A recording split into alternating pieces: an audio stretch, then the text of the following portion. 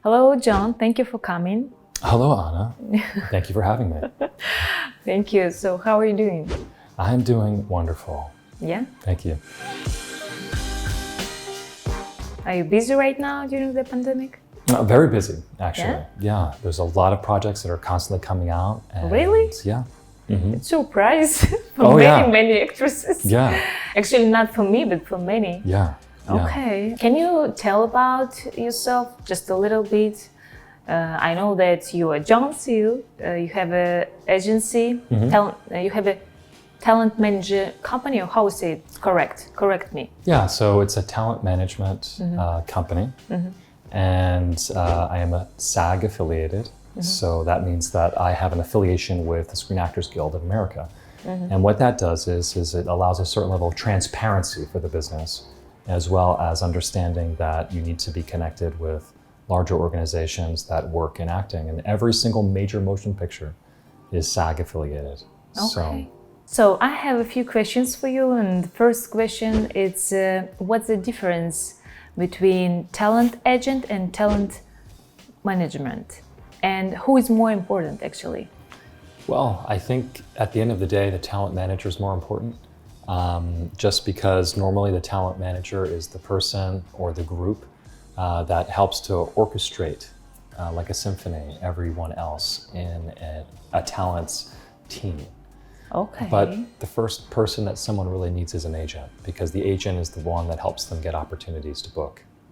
So the talent manager, he doesn't submit you, right, for auditions? Normally doesn't, but sometimes they do too. Sometimes I think more and more you find managers and management companies that are helping to submit talent, but it's really not their role. In California, the laws are very strict, and they're actually not allowed to negotiate contracts. Oh, okay. And what made you to decide to do this talent management? Well, it was one of those things that happened to me. You know, I had a actress that's pretty well known in Europe, and I was with her and some producers in Europe, and she approached me and said, "Hey, I'd like for you to somehow work with me," and that's how we decided that I would work to manage her, her career, and that's how I started doing talent management. So before you didn't think about this? Never thought about it. That's so funny. Yeah. Okay, and how many talents you have right now? So right now, static management, we have approximately 30 talent. 30 boys, I mean men, and Yeah, yeah. okay. And is it kids too, or just adults? Yeah, most management companies, they tend to either do just children or just adults. Sometimes they do have like different sections. Right now, I just have a very few number of children because it's a very specific market for them. But most of them are adults from the ages of about 17 until about 35, 40. And how do you choose your talent for your talent management? For example, one actress or actor, you know, they're not very famous, but they want to find talent manager. And how it's possible to work with you or not? Yeah, sometimes I might recruit, but I normally don't. Most of the time with talent management, it's something that people come to me, and normally they find me through SAG, the Screen Actors Guild Association website. And through them and my affiliation with them, they come to my company, and that's how they work and find talent management. But sometimes it's normally through word of mouth or suggestion. Normally it's agents that will recommend different managers. Yeah, I think they are. Okay. How did you create your name of talent management? I thought of the name because I had a friend that worked in production, and they had a similar name, and so it wasn't super creative. But the idea of static could mean two things, right? Static can mean that it's something stable, but it could also mean something that's electric. And I like the idea of it being more electric, that, you know, being part of a company that has the ability to kind of make connections happen like electricity. Okay, interesting. How do you work usually with your talents? Well, you know, I work with them. It's every work that agents and managers do is always remote. So we're always doing work for them by essentially working closely with the other members of the team. when you have a manager alone without an agent, it's like having a boat without having an engine. Yeah. And so I help to work with the agents to give them opportunities for roles and auditions. But most of the time I get called in when there is a role that they've already auditioned for, but they haven't gotten it yet and there's some competition. So I might jump in order to talk to different producers or different directors, the casting office, and work with them to see if my talent can be given a little more a highlight. And can you give to your talent like advice or something like that for self-tapes? You know, for example, actor, he just did his self-tape and he's not sure it's good or not. Can you give advice, or you never does like that? You know, it's interesting. You know, oftentimes talent will ask for advice on what they do, and they go to their agents, and agents have hundreds of clients, and they don't have time really to look through it. Yeah. Most of the time. So most of the time, I ask them to give it to me, so I can review it before they submit it, especially if it's for something very significant. So yeah. Yeah. Okay. And tell me the truth. Do you have sex with everybody actress or not? No. You have to keep professional boundaries. And you have to be able to, you know, manage that properly. You know, yeah. So no, hands off. You know, definitely something in Hollywood you have to watch out for. But yeah, Okay. you have to always have professional boundaries. But you have something like that, like maybe one actress or two, they try to be with you. Yeah, it happens actually Oh, often. really? I get random phone calls from people that ask, you know, different things. But most of the time, I try not to, you know, go down that road. So you know, but it happens sometimes. I know a lot of stories with agents also. So somehow they think that, you know, we're going to get them something, but the reality is we can't, right? Okay, try don't move, please. Oh. What do you do to inspire your talent? For example, you know, right now it's very hard time, the pandemic, and they don't know what they have to do, and maybe some talent they give up already, you know. Yeah. So do you help them or not? Yeah, you know, I try to create opportunities for them. I try to give them different strategic directions. But most of all, you know, I think that this is a time of opportunity because there are a lot of people that are actually afraid to Yeah. work because of COVID. And because of, you know, just being afraid and maybe they've stepped away from the industry, maybe they've worked really hard and maybe they're known by casting offices, but then they've decided that they don't want to do it anymore. So other people that are willing to kind of put their feet in the ground and plant themselves like a tree, they might actually, you know, bear fruit and have some opportunities. So, Okay.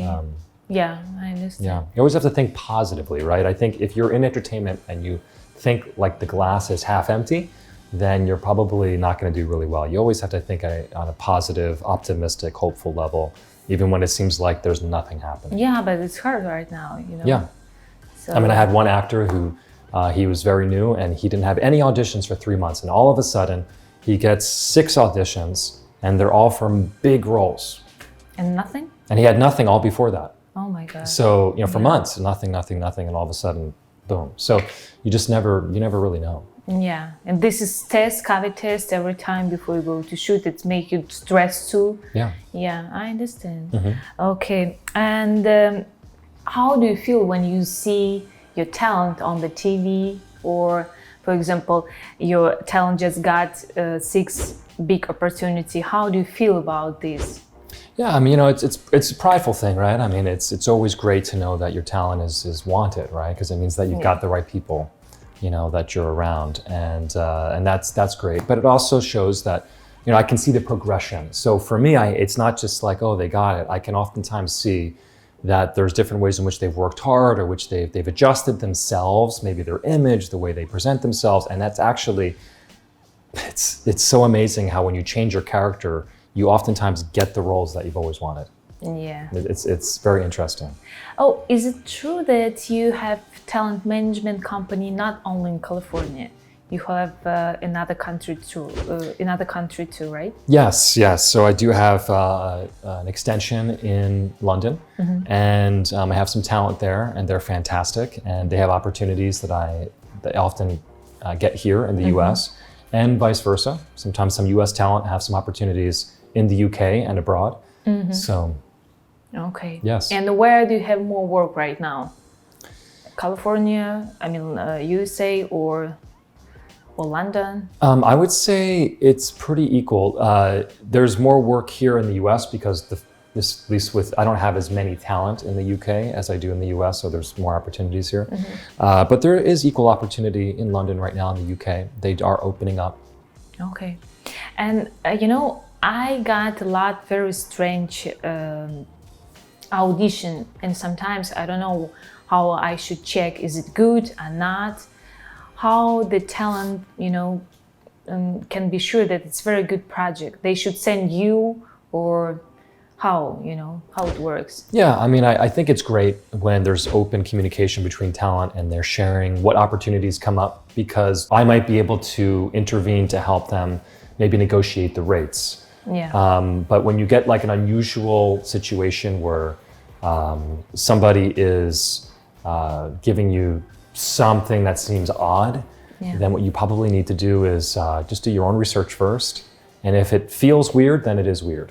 I mean, but if the person doesn't have any credits, their website is a rambling on of many words, or maybe they say everything that they say that is supposed to be said, or they know what's supposed to be said and done, but it still feels weird, and probably don't do it. But the students, where they do very good, for example, movies, sometimes they don't have credits too. Yeah. So how you can check this? Yeah, I think it's very straightforward. Right? Think of the movie industry very much like any other business, right? Right. If you have someone who's 50 years old, and nothing against someone that's 50 years old, and they don't have barely any credits behind them, and they're doing something, they're likely not doing anything significant. If you have a student on the other hand, and they might be doing something fresh, they might be looked at, they might have different new fresh connections that could give you opportunities as an actor and actress, and good perspective too sometimes. Yeah. Okay. So I have only one question. I think it's the most, I don't know, for me it's most important question. Can you give just one secret to be successful actress here in California or USA? Be vulnerable. Oh, that's it? Be vulnerable. Because if you can be yourself in front of the camera, Yeah. and allow your emotions to be visible, it's hard for people to step away from the camera when they see you. That's right. Yeah, I think. Okay. Thank you so much. Thank you. Thank you, John, that you give me interview and give advice. Very good advice, actually. For many actresses and many actors from many countries, they are really interested in how it's going on here around. And thank you. Thank you. For coming. Thanks for inviting me. Yeah. Okay. Bye. Bye.